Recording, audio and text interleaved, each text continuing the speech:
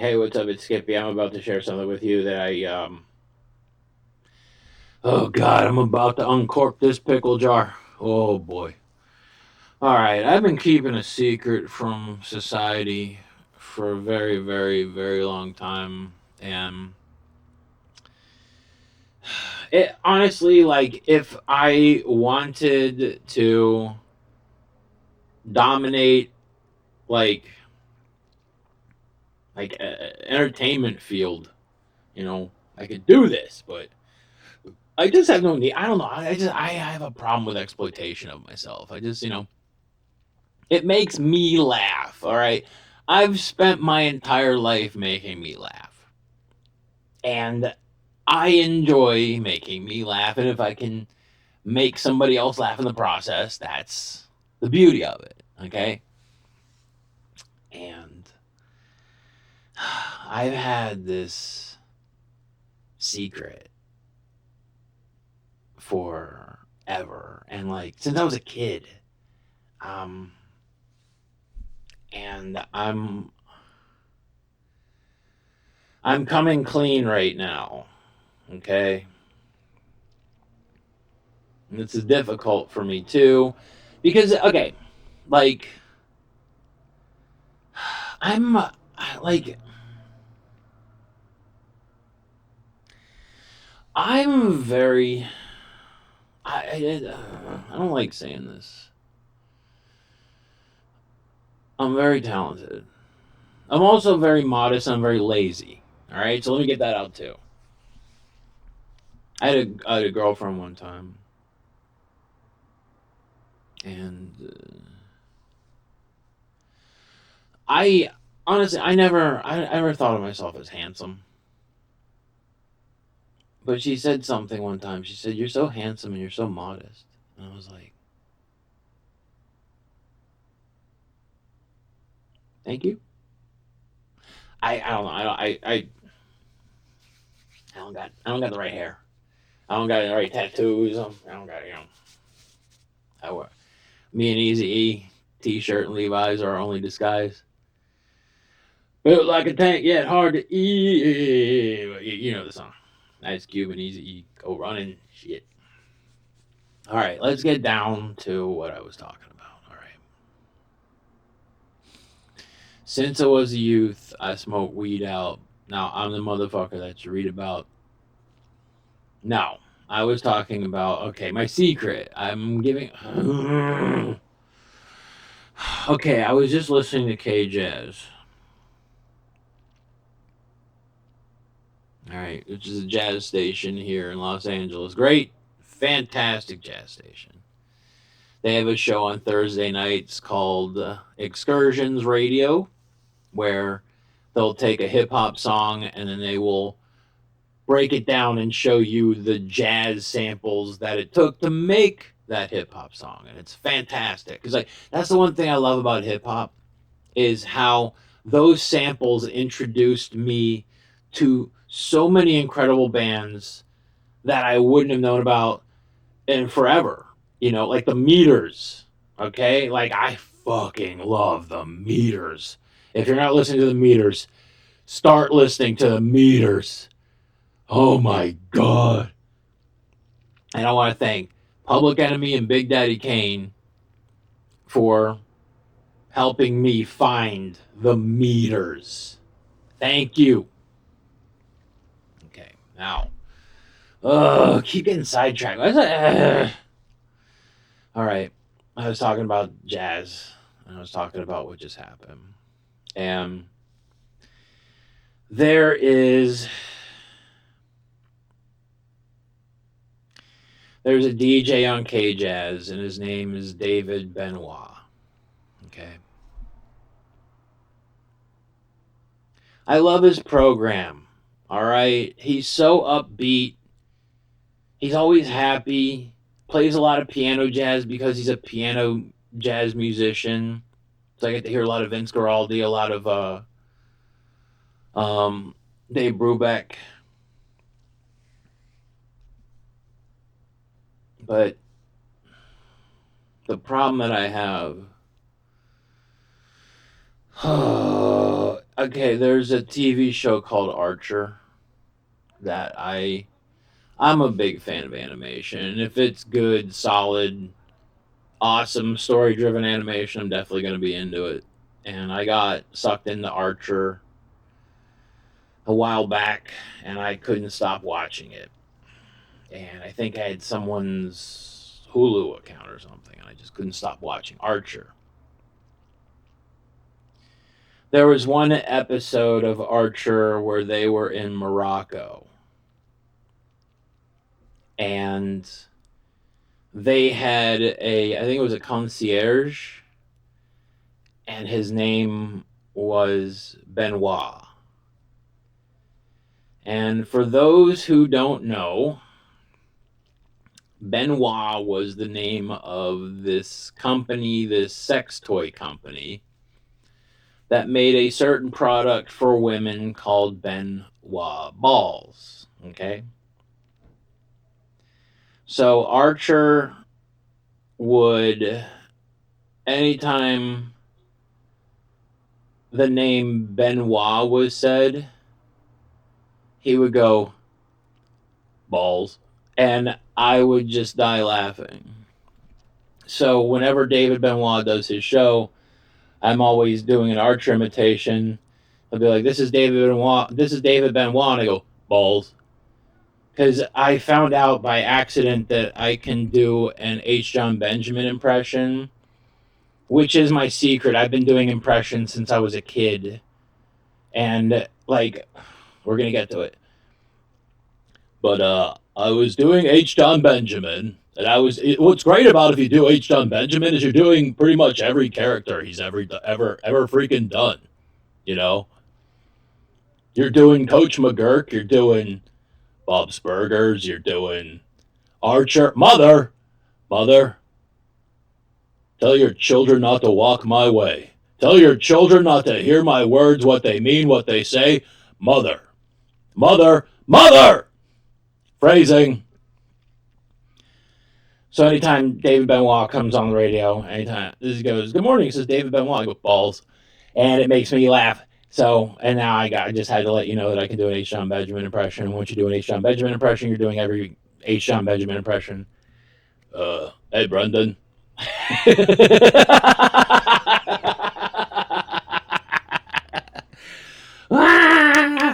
Oh, God. That was funny. Hey, Brendan. Balls. I've never watched Bob's Burgers, but it's pretty much the, same thing. I've only seen clips of it.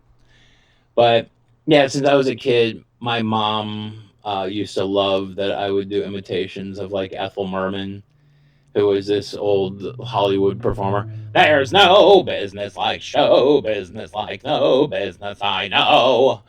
And I do those inflections in my voice. And I won numerous karaoke competitions because I am able to take my imitations to a singing level. Like, oh my God, I used to go to karaoke bars and I would do Bon Jovi, and I would do it spot on. And I used to get girls doing that. Oh my God. Tommy used to work on the dock. I used to just fucking, man, I go in there well. One time I did karaoke. My friend Melissa and we went up to Six Flags only to find out it was closed. So we ended up hanging out at this, it was one of the dudes from the movie Christmas Story. I forget. But she was like watching his house while he was out of town. We went to some karaoke bar after a few hours, and I went and did Just a Gigolo by David Lee Roth with a cordless microphone, and I got a standing ovation, and that was better than any trophy I could have ever gotten in my life.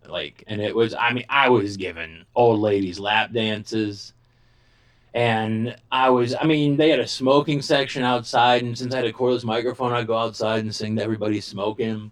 I was just having a blast, okay? Cordless microphone is freedom. You're not tethered, so just have a blast, and that's what I did. And when I couldn't believe that when I got done, I had sold it so hard that I got a standing ovation. It was phenomenal.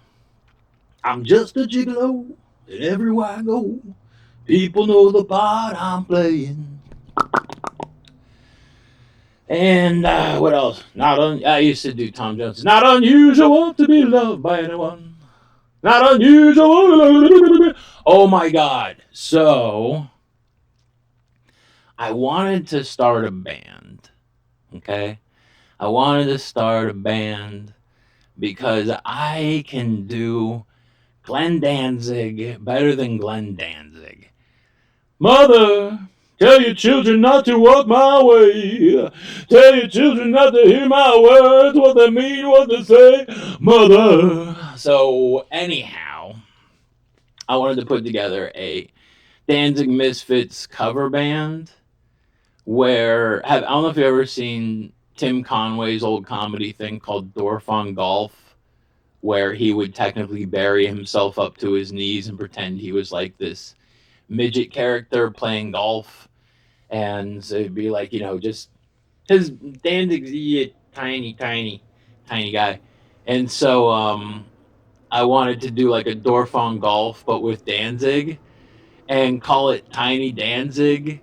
And I wanted to sing Tiny Dancer by Tina Turner, but with Danzig, it'd be like, I'm your tiny Danzig, Danzig for money, do what you want me to do. But unfortunately, I am too tall and I don't have a backing band. I would love to sing for bands again. I miss that. I love singing. I love doing imitations. I just love fun, you know. It's John Benjamin. If you notice, it's kind of like doing John Wayne, but a little bit more nasally. Okay? I don't know if you noticed, but yeah. Hey, what's up? It's John Wayne. Oh no, it's John Benjamin. Apparently, what I have is something called tonality, where I can just mimic stuff. And I used to be able to do a horn noise. I used to have a joke about having sex with a clown, and I used to do a horn imitation. And I have friends of mine, one of whom is Josh Nasser, the gentleman who drives around in all those shorts videos, telling people how beautiful they are from his car. I love Josh. He's such a great guy. But anytime I see Josh, okay, I remember one time he was doing a live stream and I came up with his live stream and he just goes, and like, it's so funny. Him and this other dude, Eric Marino. Anytime I'd see him, like Marino is like, do the clown joke. Like, unfortunately, here's the clown. Here's the horn. I can't do it anymore. It's gone. It is gone. I can't do it anymore. It sucks. But I used to do a spot on horn imitation. The good old days. But like, yeah, one of the new imitations I've been doing recently is whack, whack.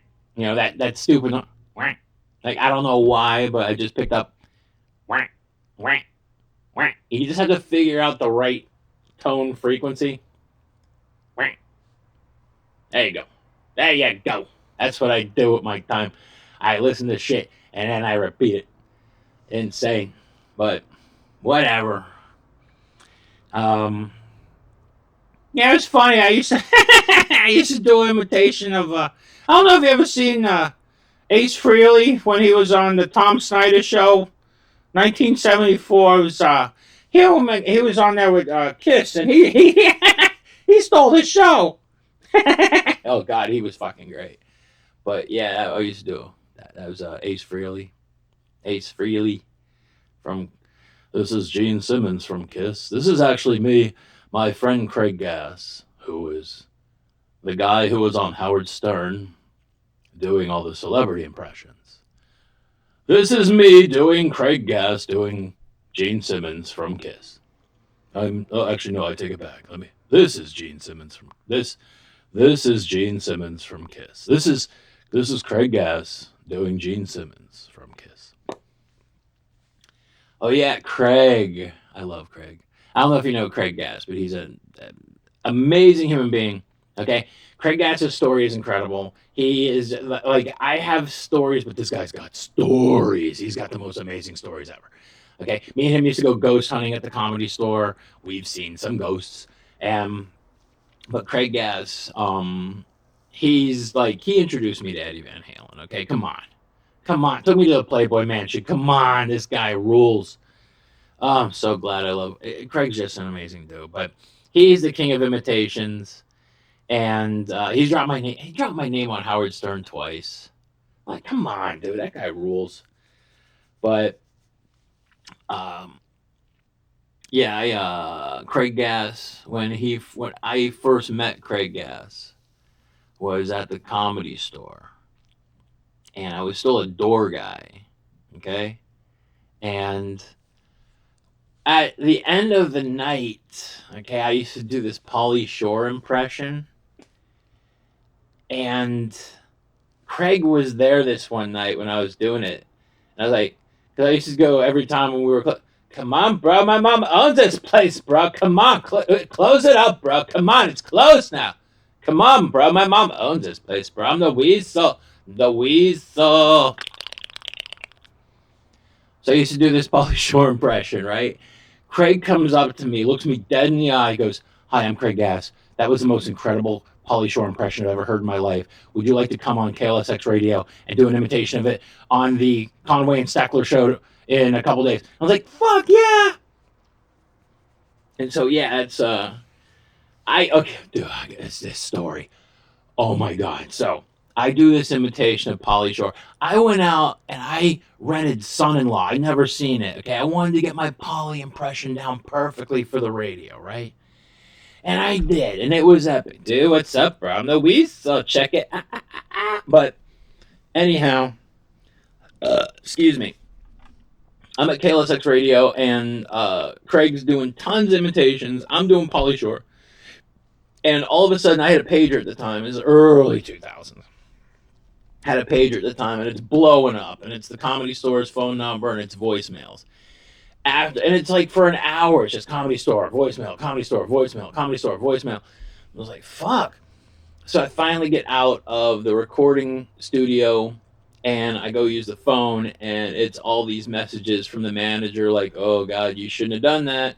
You should have got Pauly's permission before you did an imitation of him on the radio. You should have blah, blah, blah, blah, blah," you know. And so I found out that apparently if you do an imitation of Pauly Shore on the radio, you get banned from the Comedy Store for a month. Isn't that something? Yeah, I found out the hard way. Pretty crazy. That kind of started my like adversarial take towards Pauly, because I didn't really appreciate that. You know, they say imitation is the most sincerest form of flattery, and I went out and like did my research. I wanted to do the best Pauly Shore impression, bro. Come on, it's my big break, bro. My big break, bro. My big break, bro. But anyhow, yeah. So I got banned from performing at the Comedy Store for a month. I was just happy that his mom, Mitzi Shore, loved my comedy. So I had that going for me. But anyhow, yeah. So that night was crazy too, because Craig had to go and open for these metal bands. It was like Enough's Enough and Faster Pussycat down in like Anaheim or something. So we had to drive down to Anaheim after the radio gig. And I was so distraught. I was so distraught from being like banned from the Comedy Store that I ended up drinking all of Enough's beer while they were on stage. I was notorious for that, and I want to apologize right now to all the bands whose booze I've drank over the years. I snuck in your damn green rooms and I drank your beers, and you know what? I take it back. I'm not sorry. They were good. Fuck you. I'm not going to mention any more bands. I don't know you Enough's Enough for Faster Pussycat, but those Coronas were cold. Thank you. Anyhow, dude, bro, I think it's time for me to go. Okay, bro, it's time to get out of here. Oh man, I didn't even do any Metalocalypse guys yet. Cinnamon buns, but Anyway, I'll do that at some point. But okay, you got enough imitations. That was 20 minutes of bullshit. All right, enough about me. I'll talk to you kids later. Have a great day. Then what, balls? Bye.